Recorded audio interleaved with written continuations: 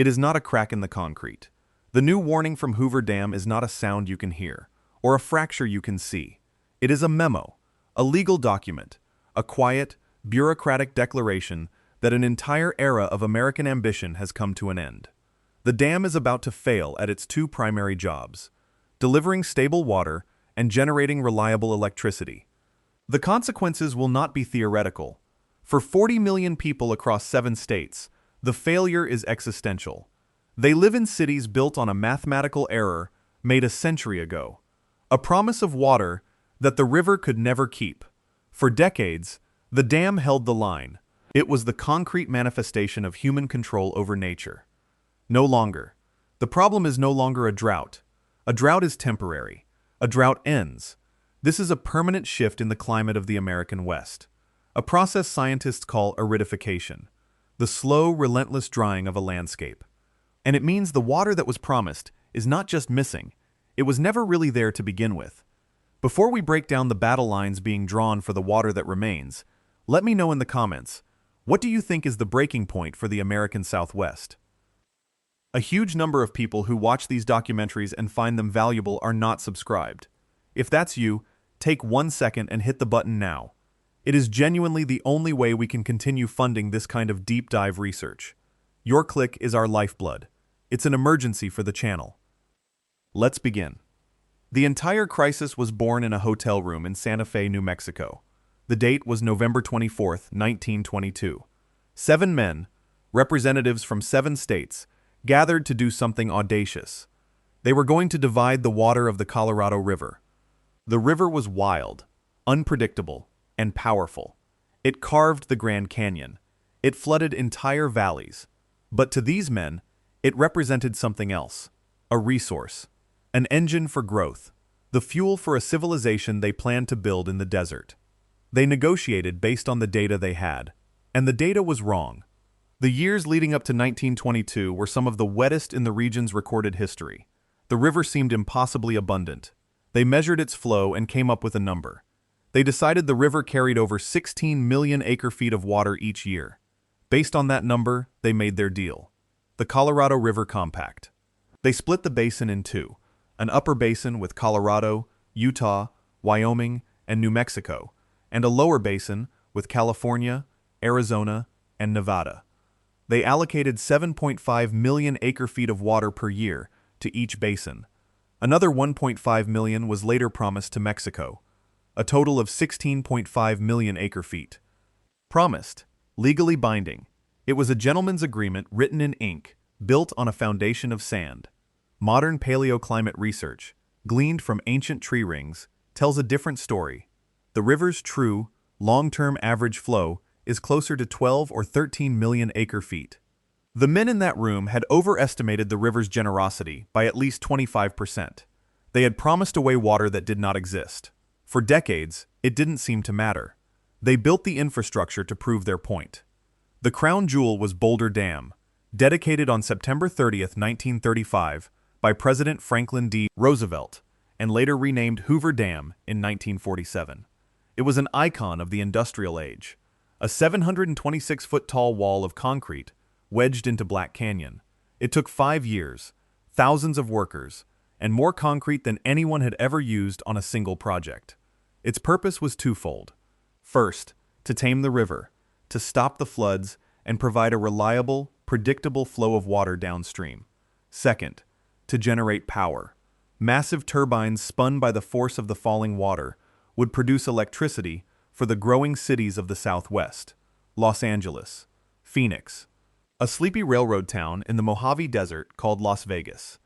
The dam created Lake Mead, the largest reservoir in the United States by volume, an inland sea holding trillions of gallons of water.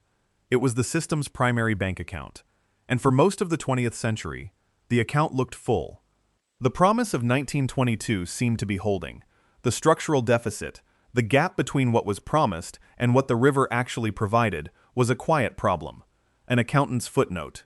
We were spending more than we earned, but the savings account was so vast, nobody noticed the slow drain. Cities bloomed. The Imperial Valley in California became the winter salad bowl of America, irrigating 5.5 million acres of farmland with Colorado River water. 90% of the nation's winter vegetables. All of it dependent on that one river. All of it built on that one century-old miscalculation. The dam stood as a testament to human ingenuity, a monument to our ability to rewrite the rules of nature. Then, in the year 2000, nature started rewriting them back. If you've driven to Las Vegas recently, you've seen the scar. A stark, white ring etched into the canyon walls around Lake Mead. It looks like the chalk line of a bathtub after the water has been drained. That line is made of calcium carbonate and other minerals, left behind as the largest reservoir in the country simply vanished into thin air. Each foot of that white stain represents billions of gallons of missing water. By the summer of 2022, the scar had grown to a terrifying size. Lake Mead's water level fell to a historic low of 1,040 feet above sea level, just 27% of its total capacity. The reservoir was not just low, it was hollow. This is where the dam's new warning begins. Not as a political debate, but as a crisis of physics. Hoover Dam is a gravity dam. Its ability to generate power depends on the sheer weight and pressure of the water stacked up behind it. As the lake level drops, the pressure decreases. The turbines spin slower. The power output dwindles. The dam's rated capacity is around 2,080 megawatts, but with the lake at historic lows, its actual output has fallen by a third, often closer to just 1,000 megawatts. The electricity that powers air conditioners in Phoenix and lights on the Las Vegas Strip is flickering. Then there is the cliff, the point of no return. For power generation, that point is 950 feet. It is the minimum power pool elevation. Below this level, the water is too low to turn the turbines effectively. The dam stops being a power plant, entirely. Another 55 feet below that is the number that keeps water managers awake at night, 895 feet. This is dead pool. At this elevation, the water level is below the dam's lowest outlets. Water can no longer flow past the dam through the power of gravity. It stops being a river. It stops being a reservoir. It becomes a landlocked, stagnant lake. The water delivery system for 40 million people shuts down. In 2022, the lake was just 145 feet above that dead pool line, and falling fast. What do you think is a fair price to pay for water in the desert? Let me know in the comments below. The receding water told a story that numbers alone could not. Sunken boats from decades past slowly emerged from the depths, their hulls caked in mud. One was a Higgins landing craft, a World War II-era vessel that had sunk decades ago, now beached on the dry shore. The ghost town of St. Thomas, Nevada, submerged since 1938 when the lake was first filled, reappeared. Its stone foundations and old streets were once again walkable, a town resurrected by drought. Then came the bodies. In May of 2022, a barrel containing human remains was discovered stuck in the mud. Homicide investigators believed the victim was a casualty of Las Vegas's mob-run past, likely killed in the 1970s or 80s, and dumped in the lake. Weeks later, more remains were found, and then more. The lake was giving up its darkest secrets. It was a grim, potent metaphor. The crisis wasn't just exposing a water shortage, it was unearthing the buried sins of the past. The federal government, the ultimate owner and operator of the dam, decided it had seen enough. On June 14, 2022, Bureau of Reclamation Commissioner Camille Kalimlim Touton sat before the U.S. Senate and delivered an ultimatum. It was a moment that shattered a century of careful diplomacy. Touton stated, in no uncertain terms, that the 7 basin states had 60 days to come up with a plan to cut their water use by an unprecedented 2 to 4 million acre-feet.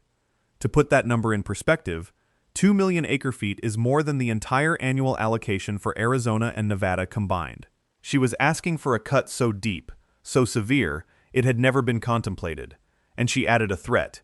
If the states couldn't agree on how to make the cuts, the federal government would impose them. The warning was no longer a projection from scientists. It was a deadline from the people in charge. The decades of kicking the can down the road were over. If this story is opening your eyes to the scale of the crisis, take a moment to hit the like button. And if you have family in the Southwest, this is information they need to have. Share it with them. The reaction was immediate. Panic, followed by finger-pointing. The states of the Colorado River Basin, which had maintained a fragile alliance for a century, turned on each other. The core of the conflict comes down to a concept 100 years old: the law of the river. It's a complex web of compacts, court decrees, and regulations, but it boils down to one simple, brutal fact: some states have better water rights than others. At the top of the pyramid is California, represented in negotiations by figures like J.B. Hamby, chairman of the Colorado River Board of California. California holds the most senior water rights in the lower basin. It is entitled to 4.4 million acre-feet of water, and under the old laws, it gets its full share before other, more junior states get a single drop. The single largest user of all is his own agency, the Imperial Irrigation District, which alone uses more water than all of Arizona and Nevada combined. Their position was clear: we have the oldest, strongest legal rights. We are not the ones who need to sacrifice first. At the bottom of the lower basin hierarchy is Arizona. Tom Bushatsky, director of the Arizona Department of Water Resources, found himself in an impossible position. Arizona has junior rights compared to California. When the federal government declared the first ever Tier 2A shortage for 2023, it was Arizona that bore the brunt of the pain. The state was forced to cut 592,000 acre-feet from its supply, a staggering 21% of its total annual apportionment. Farmers in central Arizona saw their irrigation canals run dry. Fields that had been productive for generations went fallow. Caught in the middle was Nevada, a state that uses the least amount of water but is arguably the most vulnerable. John Ensminger, the head of the Southern Nevada Water Authority, has been one of the most blunt voices in the entire debate. His city, Las Vegas, gets 90% of its water from Lake Mead. For him, the crisis is not abstract. He has been a vocal proponent of aggressive, shared sacrifice, arguing for years that the old math no longer applies. As he put it plainly, what we've seen to date is a 23-year period of time where the river has produced about 12.3 million acre-feet a year. That's the river we have. We can't continue to try to take 15 million acre-feet out of it. The 60-day deadline came and went. The states failed to produce a plan. The civil war over water had begun. I know this is the second time I'm asking, but it's that important. Our subscriber numbers are low compared to our viewership, and every single click makes a monumental difference. If you've been watching this far, you clearly find this important. Please, take 1 second and make it official. The future of this channel depends on it. After months of bitter, closed-door negotiations, a temporary truce was reached. In May 2023, the three lower basin states, California, Arizona, and Nevada, did something remarkable. They submitted a joint proposal. They agreed to voluntarily conserve an additional 3 million acre-feet of water through the end of 2026. It was a landmark act of cooperation, a step back from the brink. But the deal came with a massive asterisk. The conservation wasn't based on sacrifice alone. It was enabled by money. The federal government, through the Inflation Reduction Act, made $4 billion available specifically to pay farmers and cities to use less water. Farmers in the Imperial Valley would be paid to fallow fields. Cities would get funds to expand conservation programs. It was, in effect, a bailout, a way to buy a few years of peace without solving the underlying conflict. Because the old rules, the 1922 Compact, and the 2007 interim guidelines that govern the river, are all set to expire at the end of 2026. Everyone knows a new agreement is needed, one that reflects the new, drier reality. And now, the battle is over what that new reality will look like. In March of 2024, the truce officially shattered. The 7 states failed to agree on a unified path forward. Instead, they submitted 2 competing, fundamentally opposed plans to the federal government. This is the new front line. The lower basin states, led by California, proposed a plan where future cuts are tied primarily to one thing: the water level in the reservoirs. When Lake Mead and Lake Powell dropped to certain trigger elevations, specific, pre-agreed cuts would automatically kick in for everyone. Their logic is that keeping the lakes as full as possible is the #1 priority, providing a buffer against multi-year droughts. It's a plan that favors taking larger cuts earlier to protect the system's savings accounts. The upper basin states, Colorado, Utah, Wyoming, and New Mexico, submitted a completely different vision. They argue that cuts can't just be based on reservoir levels. They must also be based on real-time hydrology, how much snow actually falls, and how much water actually flows into the river each year.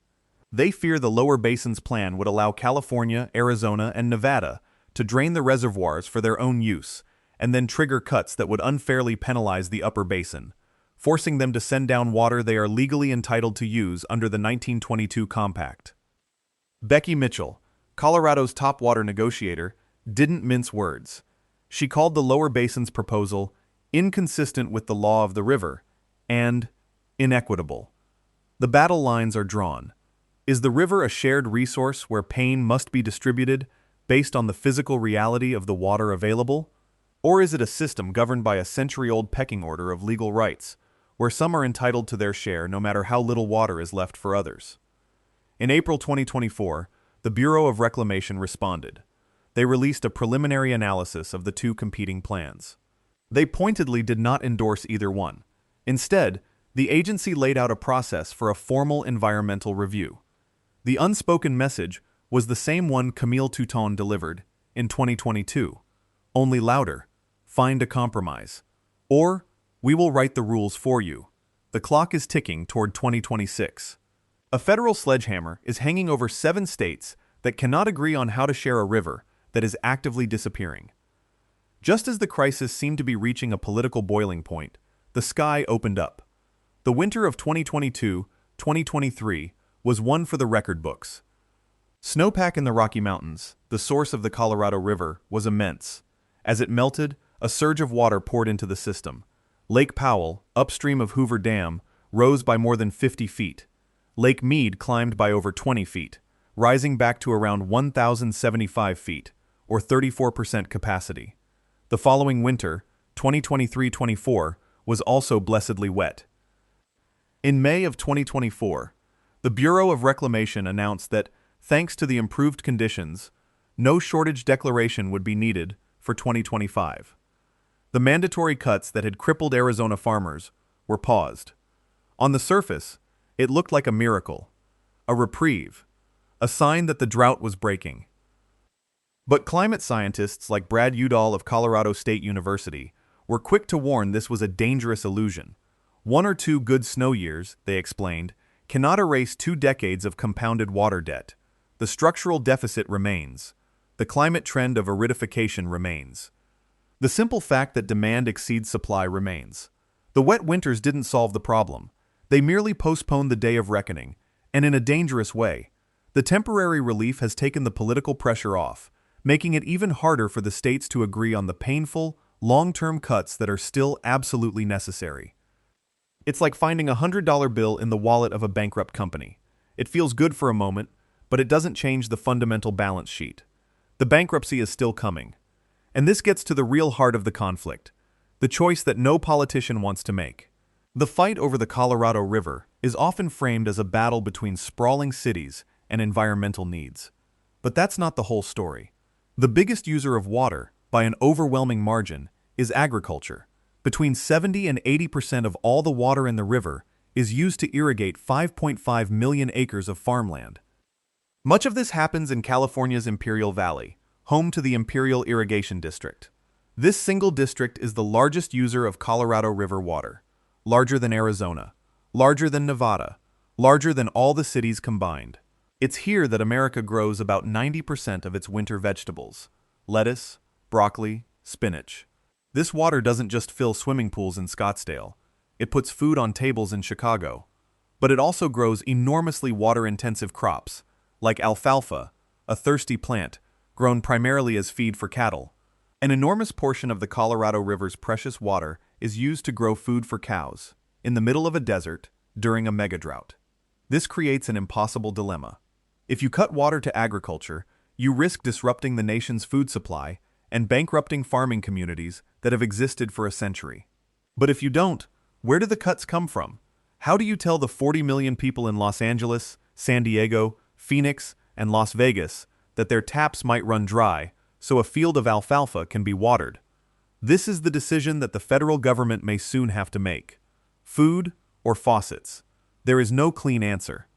Any significant cut to agriculture has cascading effects. For example, the Salton Sea, California's largest lake, is a terminal saline lake that is almost entirely sustained by agricultural runoff from the Imperial Valley. As farmers use less water, or use it more efficiently, less water flows into the Salton Sea. As it shrinks, its toxic lakebed is exposed to the wind, creating clouds of hazardous dust that threaten the health of nearby communities. Solving one problem creates another. Okay, I promise, this is the last time. It might feel weird that I'm asking again, but the data is just brutal. The vast majority of people watching right now, who've made it this deep into the story, are not subscribed. If you've ever thought, I should subscribe to this channel, please let this be the moment you do it. One click. That's all. It changes everything for us. Thank you. The Hoover Dam stands today, a masterpiece of 20th century engineering confronting a 21st century catastrophe. The concrete is sound. The turbines are ready. The engineering is not the problem. The math is the problem. A civilization was built in the desert on a promise of water the river could not keep. For a century, we got away with it, draining the system's savings account, Lake Mead and Lake Powell, to cover our annual deficit. Now, the account is nearly empty, and the bill has come due. The engineering marvels of the past can only do so much. Las Vegas spent over $1 billion to build its third straw, a low lake-level pumping station designed to suck water from the very bottom of Lake Mead, an engineering feat that should guarantee their supply. But even that has its limits. That straw pulls water at 860 feet of elevation. What happens if the lake drops below that? It becomes the world's most expensive hole, drilled into a dry lake bed. The system is now at a genuine tipping point. Two factions of states are locked in a Cold War, with competing visions for the future that are, right now, irreconcilable. The lower basin wants to protect reservoir levels at all costs. The upper basin wants to protect their legal rights to the water that originates in their mountains. Both arguments have merit. Both sides believe they are fighting for their survival. And hovering over all of it is the federal government, which has made its position clear. Agree by 2026, or we will impose a solution. No one knows what a federally imposed solution would look like, but it would almost certainly involve deep, painful cuts for everyone, rewriting a century of law and custom by executive order. As Brad Udall, one of the foremost experts on the river, has said, the decisions that are being made are fundamentally about how to transition from a 20th century river, which we can no longer have, to a 21st century river, which is a smaller river. Hoover Dam's new warning is not about a single drought or a low water year. It is a sign that the entire operating system of the American Southwest has to be rebooted. The monument that once symbolized humanity's complete control over its environment now symbolizes the hard limits of that control. The engineering bought us time. The infrastructure gave us a century of unprecedented growth in a place that should never have supported it. But the engineering cannot make it rain. The infrastructure cannot create water that isn't there. The question is no longer if the system built in 1922 will be dismantled. It is already happening. The only question left is what